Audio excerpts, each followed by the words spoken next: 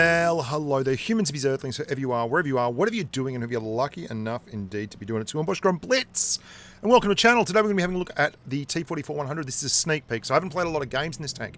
In fact, I kind of rushed this one out there because I know people will be wanting to know a little bit about this tank, and I don't know that actually anyone else even has it on an account at the moment. It's a pretty cool looking vehicle, and it's going to be available as part of the upcoming extravaganza from Wargaming called Spring Manoeuvres. I think you can win this one if you do a whole lot of good maneuvers springing. It's in the news section on the portal. Check it out.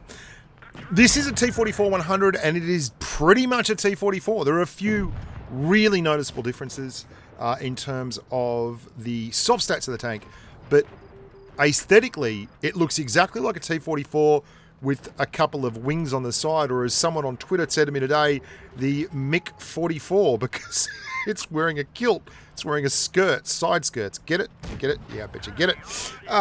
It's also got an enormous big long pole running along the right-hand side of the chassis. But look, for all intents and purposes, it is a T44. The only big thing that I think you will miss from this tank, if you're looking at it from a T44's perspective, is it doesn't have 7 degrees of gun depression, which is a big thing for the 44. It's one of the key mitigating factors that allow it to get shots off and have a higher effective DPM than you'd expect otherwise of a lot of the Russian mediums, because they run around with 5 degrees, which is a bit rough. I drove it today. I drove it for about 10 games. And look, I think the best part of it is you earn cash while you're playing. But if you have a look at the armor profile, that's a T44-100, and this coming up is a T44. Now, both of them look exactly the bloody same because they pretty much are the same tank with slightly different turrets. The T44's turret is a little bit better than the T44-100's turret, I guess, but it's not like you're talking about bells and whistles. The real difference is these side skirts. Now, they're only 6mm, which isn't a lot, but that's enough to stop HE, and it's enough to stop heat.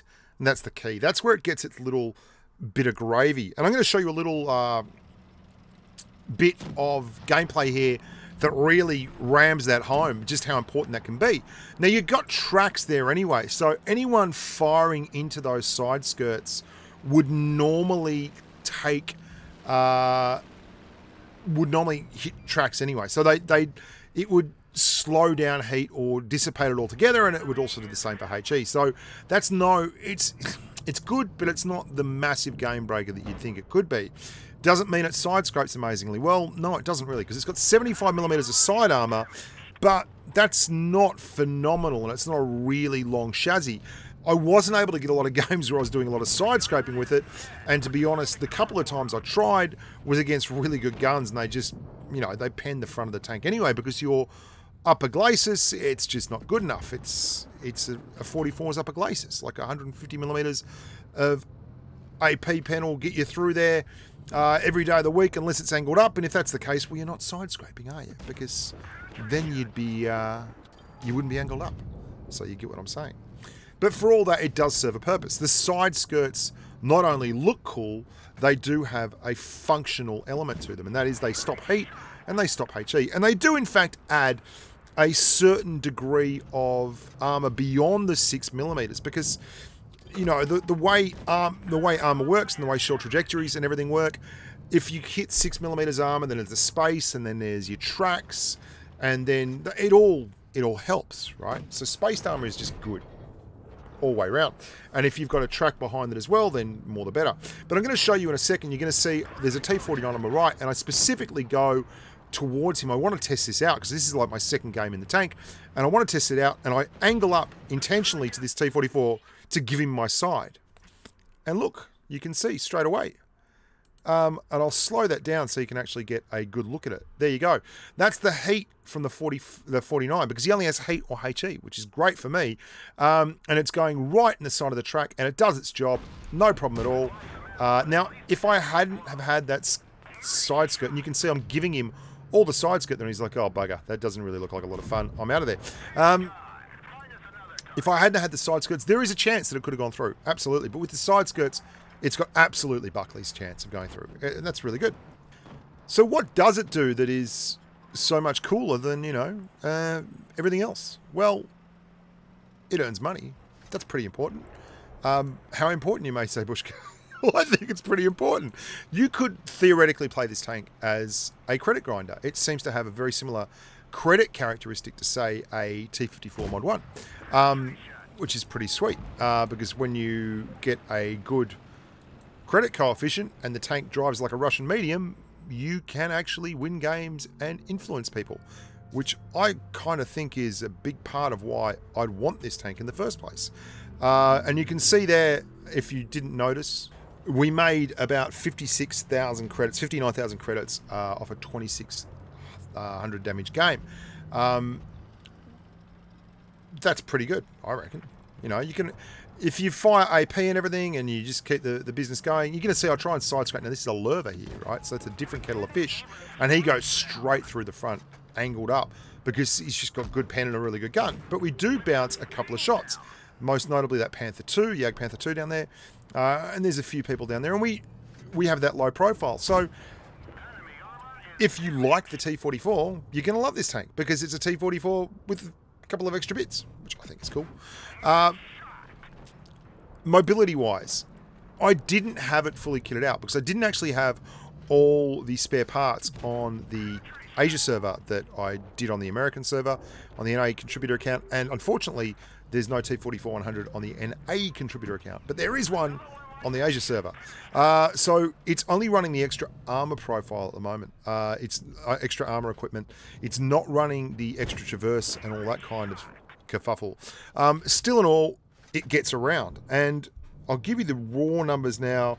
If you were to put the improved traverse on, you get it up to 68.16 degrees per second, which is absolutely Jim Dandy. You'll have no problems getting out and amongst it with that kind of mobility. Your speed limit is 51 kilometers an hour. Your engine isn't as good as the T44 flat. There's no denying that. And you just don't have the pickup that the T44 itself has. But again, you can see against big, heavy, slow tanks, you're capable. You know, you can get the job done. You've got that typical Russian 100mm gun that doesn't pen everything, because you've got 175mm of pen, and it can be an absolute punish, and it takes you forever to clear things down, which is why I kind of got tired of playing the Mod 1 and the T44 and the, you know, the Type 59 and all that kind of thing in ratings, because, you know, when you're trying to carry, having a whole lot of DPM kind of helps. My verdict, it's a grand little tank. It earns money, and it's pretty unique. It looks really good. Hey, it's got an extra fishing pole on the right-hand side of the chassis, and you know, that'll get you a lot of street cred as far as I'm concerned. If I had to change one thing about it, I'd give it another couple of degrees of gun depression, just because that would make it a lot easier to get shots off. But I do appreciate that Wargaming don't want to release a tank that has side skirts and extra side armor like a T44 and give it the same gun depression as a T44 and the same gun as a T44, because then why would you ever drive a T44? It just doesn't feel really fair. The turret's a little bit different, slightly different. Looks like a Mod 1's turret with a little less armor, obviously, well, a lot less armor. But I do love the fact that in typically Russian fashion, it can hide underneath just, you know, a suggestion of a berm. 0.317 dispersion too, by the way, which is grand. 0.317 is probably just about as good as you're going to get on a Russian tank at tier 8. In fact, apart from the TDs, it really is as good as you're going to get on a Russian style tank at tier 8. And I can't go past the fact that it looks just bloody lovely. Is it better than a T44? No, I don't think so. It's probably about the same, possibly a smidgen behind it in certain situations and a smidgen ahead of it in others. Anyway, look after yourselves, boys and girls. Hope you enjoyed that quick sneak peek on the 44-100. Until next time, I'm Bushka on Blitz. Stay safe on the battlefield, and remember to tune in to the regular stream Sunday NA time, Wednesday 8 PM Central European time, and on a Thursday NA time, that's at 6:30 PM, 5:30 PM. I always forget these, I muck them up. You know, like, it's on NA. Enjoy yourselves.